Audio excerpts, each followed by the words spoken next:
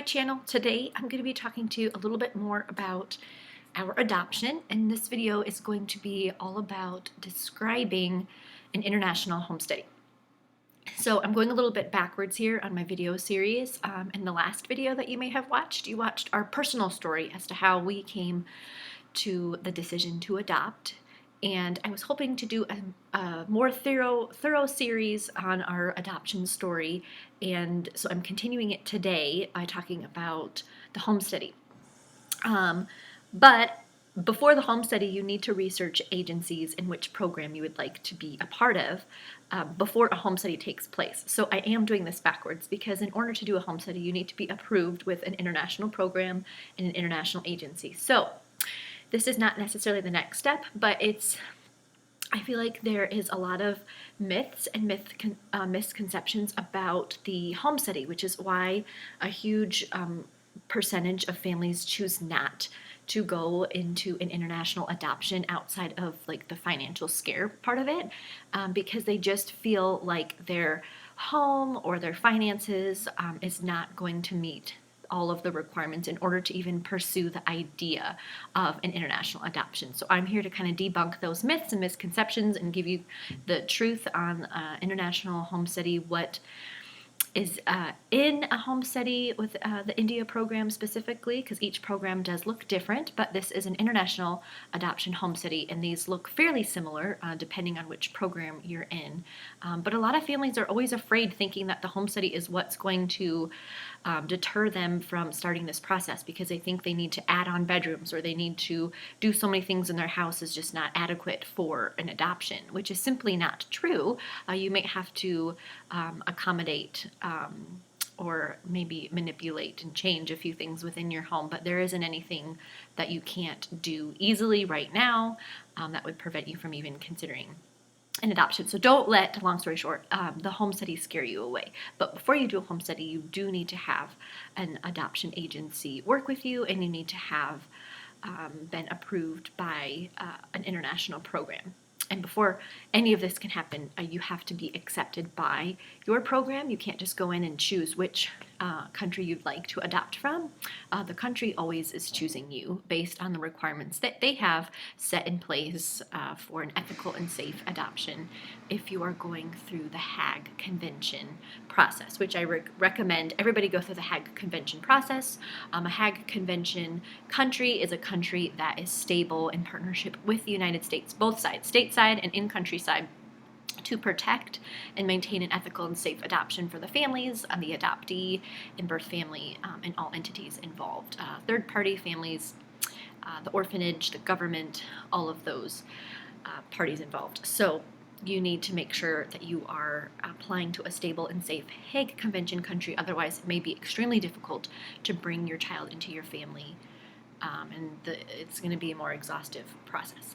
Okay, so international adoption homesteading. Okay, so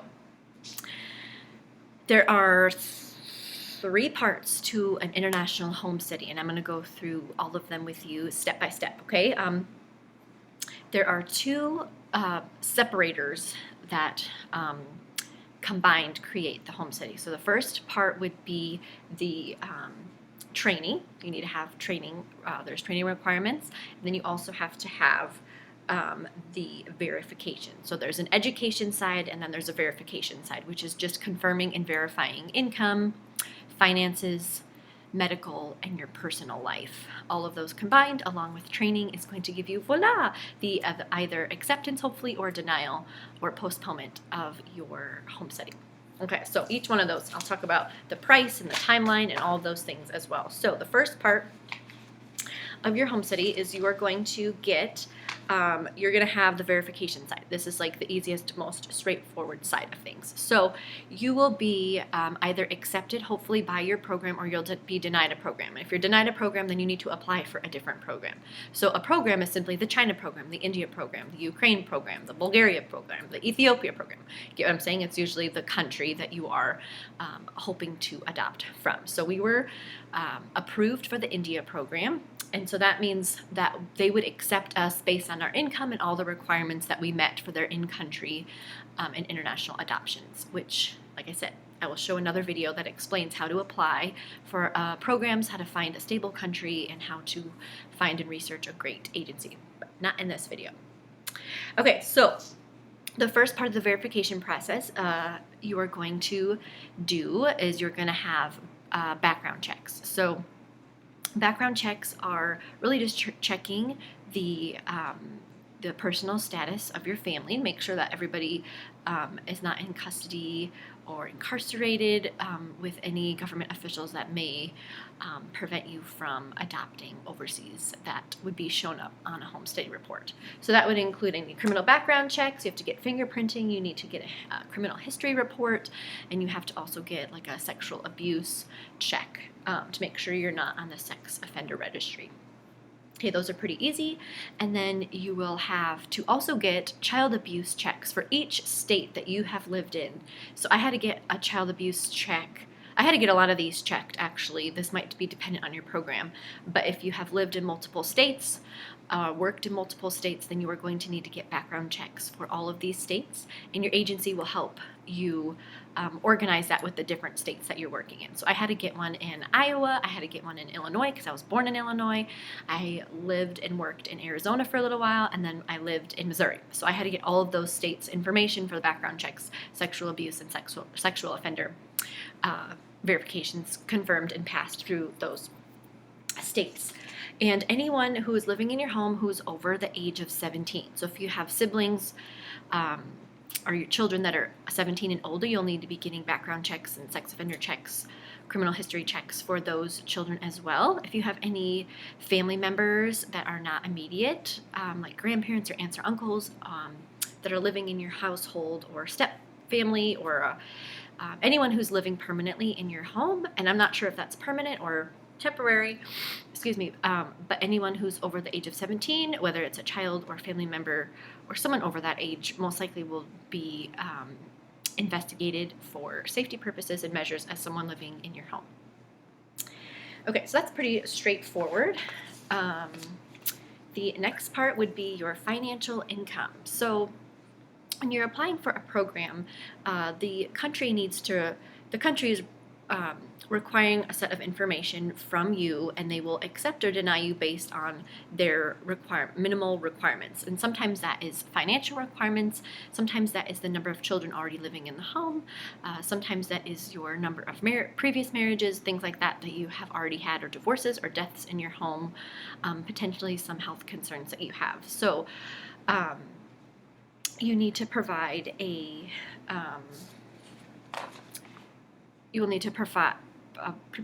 you will need to provide a set of financial documents to your country that you are applying to, and after they look at all this information, they will determine if you are accepted into the program. So even after you're accepted into the program, during your home study is the time when you confirm all of that is true by sending in like your tax information. You'll need to get a list, or not a list, you'll need to get a letter from your place of employment, and they will need to be sending a letter home to you as to how much you make annually at all the positions that you've held in the current year. So if you hold more than one position at a job somewhere, you'll need to get the information as far as what your salary is, what your spouse's salary is, things like that. And they also look at, like for me, example, I'm a stay-at-home mom, so I'm not bringing in any income or any substantial income. I do some tutoring on the side, and I've done a few art classes and a few design service projects with clients, but nothing that has gotten me a salary that I would say needed to be added onto our tax information for the year. But if you are unemployed, you need to write an unemployment letter as to why you're unemployed and the reasons for unemployment. So mine would be because I'm choosing to stay at home and home educate our kids, and then they kind of have you jazz it up and dress it up, which you don't need to. That's enough, but for the sake of an adoption, you want to let them know that you, as a stay-at-home parent or whoever is not working, that you let them know, like, you're in your free time, it's managing the home, taking care of your children, and that you would be the best primary caretaker because you are with your child 24/7, providing them the care and love that they need to flourish and grow. So I had to write a little letter that said all of that information, and so don't let unemployment steer you away. So on top of your monthly expenses or your yearly expenses, you'll need to provide what your monthly expenses are. So we just had a small little sheet that talked about, that told us to list like our gas, our internet, our utilities, how much our student loans were, all of that monthly information. And you don't need to go down to like everything you get in your groceries, but it's like cable, water, those types of things. And then how much you give, how much is in your savings account, and how much um, like your liability versus worth, um, your like income to debt net ratio. And I don't remember if it's gross income or not. I can't remember. I think it is. But don't be afraid in this part, because this part really scares people away because they feel like they have to not express, they have to show every detail of their life. Like, oh, you spend maybe too much money at Starbucks or too much money at Target. Those types of things they're not looking at. They're looking at, like I said, the major things like your income, your bills, how much debt you're in. And a lot of the debt that we're in is because of me and my student loans. And so that's really all the debt that we have. And we own a business, so there is a little bit of debt in there, but they don't consider anything. They don't look at any business debt. They just want to look at your personal debt. So if that's under a business that you own, then they don't even look at that. And then if you do owe money, don't let that scare you either. There's plenty of people that have credit card debt, or family members who are adopting additional children with special needs who may have high health bills, and that is all shown on there as well. So don't let it scare you away. The biggest thing is, I would say, what is your annual income? Because you have to meet what your country's requirement is for annual income. And so we met that annual income for the India program. And most programs, they would say count for $10,000 per member of the household, including the child that you plan to adopt. So if you have that much money annually, you can show that through your place of employment, then you should be just fine. But again, you just have to always go through your home city, and then they will kind of confirm and approve it. But don't let that deter you away if you have some sort of level of debt, or if you are unemployed and you stay at home. Okay, then the medical side of things. So there is a medical side to primarily to you and your spouse, or if you're single, it would just apply to you, and also to the children that you already have living in the home. And it's mostly geared towards the spouses, because they understand that, again, many people maybe have already adopted and they might have children already in the home with special needs, so that doesn't deter you to adopt, but it's more of the health of the parent and the primary caregivers to make sure that you're able to care for the children that are already in the home and the kids that would be planning on coming into your home. So they're going to ask you for medical reports for both parents. So you'll need to get a medical report from your primary care physician, and then they just sign off saying that you are mentally and physically well. And then you'll do the same thing, a medical report for the children in your home as well. So with this part of the process, there are some things when you apply into a program, which is why the pre-application and the approval into the program happens before the home study, because if you don't meet the requirements for the country as far as medical health guidelines goes, then you won't even get to this point. So that's why they do that, to protect you. They don't want you to apply for a program they think you wouldn't be approved for. So that's why you're approved for a program first, and then you go through into the home study with this information that they already assume you would pass and be accepted into. So some things that I wouldn't say red flags, but might be more concerns if you're looking to adopt. Look at that country's requirements for health status in the family. So if you have had cancer in the last 3 years, you need to check with your agency to see what the requirements for in that country. If you're in remission for so many years, they allow, I think for our program, if you had a history of cancer, you had to be in remission, I think for the last 3 years and healthy. And if you have any communicable diseases, like if you have Hep B, Hep C, AIDS, HIV, those are all things you need to get tested for, and you need to have them come back negative. And if they're not negative, then you would just write an appeal as to why. And if you have any of those conditions, but they are controlled by medication and you are in good standing and in good health, then it shouldn't be an issue, but you might have to do that additional step by getting an additional letter from your physician. Um, and then same thing with mental health. So if you have anxiety or depression or some level of mental health medical need that requires maybe medicine or prescription drugs, that doesn't necessarily deter you away either. There's lots of amazing, wonderful families that have that health consideration, and they are it's well under control through medication and online or through counseling, in person or online counseling. And so that doesn't necessarily deter you away from being approved for your home study either. That just may mean you need to get additional testing or have an additional step in that your counselor or your psychologist or social worker, whoever is working with you with those additional mental health care needs, may have to write a letter saying, yes, he or she's under control with meds, or this was just a short term during maybe a loss or a life situation, and she's working on it through counseling and different intervention methods. So don't let that necessarily deter you, but talking with like a psychiatrist and psychologist will really help them decide with you and your social worker. Your social worker is who's actually doing the home study with you and partners with you to get it completed. They will work with you and say, hey, if you have this medical condition, or any medical condition that may be a red flag in the process, they sit down with you and they let you know, like, hey, your thumbs up, you just need to go through this doctor to get a letter, or if we're still seeing concerns, let's talk about this and see where you're at, because it may not mean no, but it may mean just be postponed, or it may be a no. So that doesn't necessarily mean no, it just might mean you have an extra step you might need to take in order to get that completed.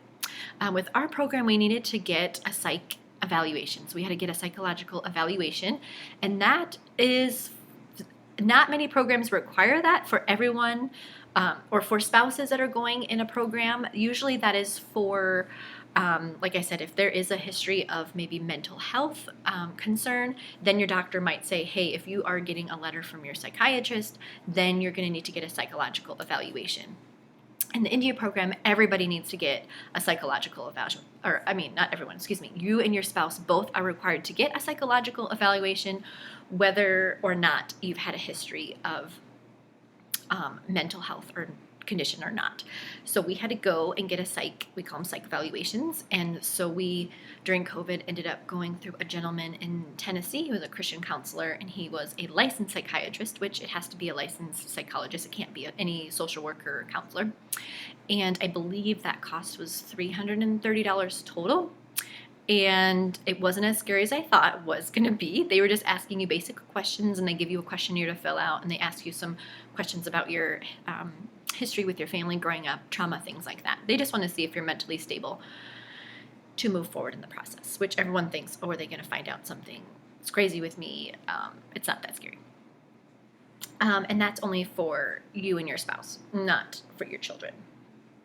And let's see, then you'll need to provide like your current health insurance information, and then you'll need to have some guardianship in place. So if there is a death with you or your spouse, you need to have someone who would be potentially taking over guardianship pending death were to occur after you bring home child from your travel time. Okay, all right, so then the last part is the training. I think I got most of it, is the training. So the training, it's kind of confusing. It's not really confusing, but so when we were selecting an agency, one of the things that you're going to need to ask is what are the training requirements. One of the agencies that we loved and fell in love with and thought we would go with required us to do in-state training. I think they were in Alabama. They're somewhere in the South. And they said, your training is required at our facility through this conference. They hold an amazing adoption conference, but we just weren't able to go, and we wanted to expedite the process a little bit quicker. And so we found another agency that we're going with now. We really love them equally as much, but they allowed us to do all of our training online and in our own time, as long as it was completed before the home study. So there's kind of two parts to the training. You'll need to get some level of training, so many hours, and depending on what level or what age of child you're getting, you'll be required to take so many hours of training. So we were approved for a child 0 to 5, but after looking at after taking the training videos, we realized that we wanted to have the child with us as long as we could developmentally, just for the sake of their well-being. And that doesn't happen for everybody, but just because we have littler kids, we wanted them to be able to grow with one another closer. And we also, in the India program, they strive to maintain birth orders. So our youngest was 5 at the time, and so he would have to, there would have to be a little bit more of a gap there. So we ended up changing ours from 0 to 3, which really means you can take home a child 0 to 3 months and like 3 years and 11 months, so almost 4. And that would just be at time of referral. So that's the time you're matched with the child. So it almost takes 8 to 12 months, depending on which program you're in, after you're matched with your child. So it was a whole other year that we'd also be missing out with their child. So we ended up changing it from 0 to 5 to 0 to 3. And I believe at the age of 4 in our program, after the age of 4, you need to take a sexual abuse training and training for like older children adoption and sexual abuse. Those are the 2, which that was totally fine for us, but we realized we wanted a younger child anyways, and if we wanted to do the additional training, we could without having the requirement of getting it done in our home city. It would just be an extra supplemental educational resource for us to benefit us and our child coming home and just understanding that a little bit better, coming from institutionalized care and trauma and all those things. So you will get an online training portal. Most places that allow you to do online training give you an online training portal, and they give you so many hours, so many hours of video training. And then we were required to read 1 book, and that had to be completed before the home study. But then I think we have like another 10 hours, like 8 to 10 hours we have to complete for an additional training for all families coming home before our dossier is sent over. And they confirm that all through certificates. So when we're done with our online training, they allow like a printable certificate that you print out, and then you send that to your agency, who puts that in your dossier. Which your dossier is just a fancy word for all of your documents that you'll need to bring over to India for your adoption, which goes to court and all those types of things. So that's it for the training part. I'll talk about a little bit more details as to the cost and the timeline for an international home study. Okay, so let's talk about the cost. So the cost for our home study, which this is an international home study, it's different than like a foster or domestic home study. An international home study can cost you anywhere from, I'd say, $1,500 to $5,000. So that's a huge gap. But there's a huge gap because each agency starts at like a certain amount depending on what their role is and what's included in their fees. And I believe we're with America World Adoption Agency, and theirs, I think, started at $2,200, and that's to start the process, and that's required upfront before the process can even begin to start your home study. Now, that doesn't include any third-party fees, and so I'll talk about some of those third-party fees, but it was about $2,200 to get our agency to put the staff, America World staff, social worker in contact with us. And so after we paid that receipt, it was sent to our social worker, and you're appointed a social worker when you get your home study completed. Sometimes, depending on which program you're in, you find your own social worker, but a lot of times your agency will have an in-staff person that is trained with that agency, and that's what we had. We were required to use a social worker within our agency, and I think that's best case scenario. That's the way I would like it every other time. Makes it go a lot more smoothly. Okay, so the home study is around $2,200, and then I'll talk about third-party fees in a minute. But the timeline is anywhere from 2 to 6 months, I would say, and we kind of fell in that 5-month range.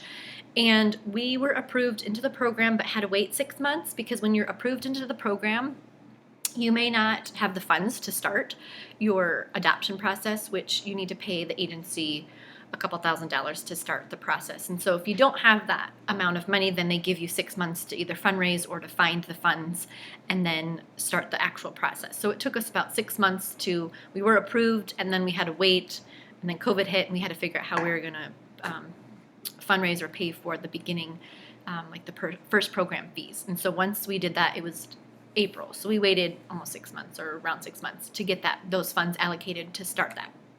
So after that started in April, we were done by the fall, and it took about 5 months. And I would say that was with minimal hiccups. and that was with COVID. So it is possible to get it done in that 2 to 6 months time frame. So in that 2 to 6 month time frame, you're doing all the things that I just mentioned. You're going to be collecting all these documents. You're going to be getting your physicals, things like that. And the reason why it takes longer, if you're getting everything done, it's really not that difficult. There's just papers you need to print out and have a lot of things signed. So it's a lot of tedious work, like getting taxes and getting letters written from your employer, getting background checks, things like that. So not entirely difficult, but it is tedious. So you do need a plan to set up those appointments and get those documents set out and complete. But your caseworker is really good about getting them to you and telling you where they need to go. And so it really wasn't that difficult of a process. But if you are having documents come in from out of state, like I said, the background checks, I was getting them from like 3 or 4 different states, then you do have to wait for them to send you back like approval letters. So there's like that 6-month time frame is because they're allowing third parties to approve those or send you things like that. And one thing that I didn't mention that you would need to get for everyone in your home is like birth certificates and marriage certificates. I think I forgot that information. Yeah, you're going to need to get birth certificates, marriage certificates, and any divorce or death decrees. So going back to the third-party fees. So it's $2,200 to start, but then we had to pay for, I believe it's mileage. So you have to account for mileage if you have to meet with your social worker. And then the third-party fees would be, like I said, attaining those birth certificates, those marriage license, those divorce or death decrees. You are required to get fingerprinting done. And then you also, like I said, the criminal background checks, those all cost like $10 to $12 each. Birth certificates were anywhere from like $15 to $35, depending on which state you're getting them from. And if you already have current birth certificates, it doesn't really matter unless you had children within the last year, because they want you to have updated birth certificates that were newly issued within the last year. So we ended up getting copies for everybody, because with your dossier, you're going to need to send copies of everything, and you're going to want to keep copies so that you can have them just for your family if you need birth certificates for anything else. So we had to get 5 birth certificates, and those were all between $15 and $25 each, and I think we got 2 of each of those. So those are just additional, a couple $100 in that. And the training videos were about they can be between $200 and $300, depending on how many hours and how many courses you need to take. We had to purchase a book, and the book was like $10. Let's see, what else? Depending on what the price is of your medical appointments with your primary care physician, you have to be, whether you're using out-of-pocket expenses, because you haven't met your deductible, or those are covered under your insurance, you'll be paying for those as well. Like I said, marriage certificate, we already had one of those. I think we just got an extra copy, but they're around $20 to $30. And then any divorce or death certificates. And one thing that I'll note in the approval videos that I'll do about being approved and accepted into a specific adoption program, an international adoption program, is, like I said, the country accepts you. So one thing that they like to look at is the main things is just your health history, your income, and each country allows and accepts different amounts of these. The number of children already living in your home, like your combined age, and then your previous history of marriage. A lot of times after 2 divorces, they kind of look at what's going on. And then if you have any deaths in the family or any divorces, they just need, like I said, similar to the marriage thing, what went on in that situation. Let's see. I think that's it for extra expenses. You always have like your printing expenses if you're going to Staples or whatever that you have, things like that. So it's verification, and then it's education. The last part that I didn't mention yet was the interviewing process. So then there's an interviewing process where your home study social worker gets all this information after you compile it, and you send her all this information, and then she comes and she'll do a home visit, and then you're required, I think in our program we had to do 2 or 3 in-person visits and interviews. And so because of COVID, thankfully we were able to do them all online, except the one visit has to be done in home because they have to actually come around, and I'll explain that in a minute. And they will look at your home and meet your kiddos, and then they ask you some interview questions. And then along with the interview process, they send you, it's called an autobiography. So you have like 30 questions, and you have to ask or answer these in-depth questions about your family history. So how do you deal with stress? Have you had any childhood drama? Was there any sexual abuse in your life or anyone in your family's life? Or what are some main stressors? How do you and your spouse handle conflict? What are any like issues or concerns that you have going on in your life right now? Have you had any deaths? Have you had any losses in your family? Some really in-depth questions. So be prepared that they will ask you lots of those types of questions, but they're just, they want to understand you a little bit better so that when they're writing the home study, they understand where you're from, what jobs you've held, and if there's any indication of anything else. So that's pretty much it. So it's really not scary. It's not like they're coming in your house, which I'm going to talk about because that's like the smallest part of the whole home study. It's really all these documents, and I have a 3-page list of all of the things that we needed to check off. So it's really documentation. It's verifying income, medical, and personal life, and then it's training. The part that is people get all scared about and think that the whole entire home study is about a social worker coming home and looking around your house is like the most false misconception I've ever heard in my entire life. I would say with foster care, it's a lot different. There's a lot more requirements and stringent requirements as far as like outlets, things like that. But with an international adoption, and I can speak only into the India program, but I have a friend who's in a different program and it's very similar. They're literally in your house to meet you in person and just to make sure that you're meeting the requirements for that country. So they just want to make sure you do have a bedroom for that child. Some countries require a certain size square footage of a home, but not many. Like that, I would say is a lot more along the lines, like I said, stringent code with like foster care. But you don't need you might potentially want to add on a bedroom in your home, but it's not something that's going to deter you from adopting. Like they give you all the information before you would even get to this point. Like I said, so you're not going into it and finding out, oh, we're not approved, but they try to prevent that from doing the pre-approval process. So pretty much they come into your home and they want to meet you. They want to look around and just make sure, hey, this person really lives at this address and this person's not a hoarder. But she literally told us to not clean our house. And so, I did the basic nice thing. I cleaned the toilet and then I made sure she could walk to our couch. But there wasn't really a whole lot of cleaning. Like she didn't really care if like my trash was all over my garage or whatever. She just wanted to make sure we lived at the right address and that we weren't suspicious of anything, like any other family. She did do a quick tour. She just wanted to know like where our rooms were. She didn't go in any closets. She didn't do anything like that at all. She just peeked in and walked out. She didn't look in any rooms and do anything specific or have a checklist or anything like that. Very personable and very quick. And along with that, we sat in the living room right behind us over here, and she interviewed us she interviewed the kids and just asked them what their thoughts were about the adoption, what they like to do for fun, and just kind of got a general understanding to put in the home study from their point of view. So, and that was really it for the home study. We ended up combining our interview. You have to do 2, I think, individual interviews, like you without your spouse and then one with your spouse. And we just combined our in-home visit with our interview because we had COVID. Excuse me. So she was here interviewing us at this table for like an hour and a half, but those were just answering the autobiography questions that we didn't finish.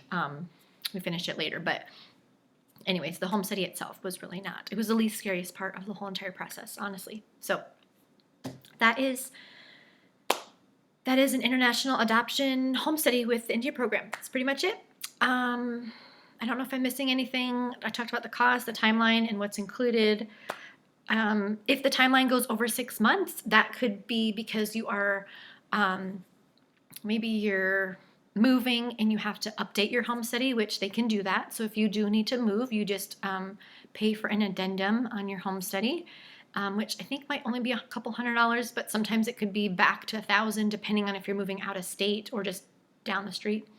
And then what else am I missing? And if you're just waiting for documents, it could just take longer, or you're in a pandemic. But we still made it in with the 6 months if you're in a pandemic. If you have some medical concerns with your family, it might take longer just to get those second and third appointments with like psychiatrists or getting blood work or things like that you're just waiting to get back from. Might just make it a little bit longer.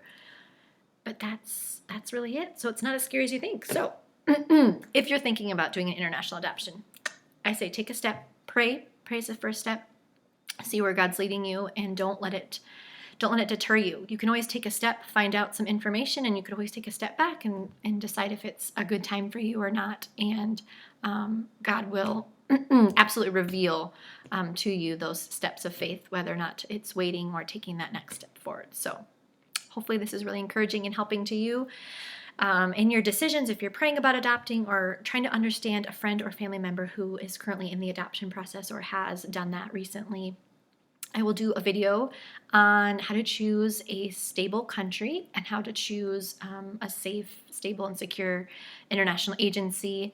And I think I'll also share a video on how we came to the India program. I think I covered that in a quick intro video. And if I don't have time for that, I'll combine it with one of the other ones. So thanks for watching. Stay tuned. Have a great day. Bye.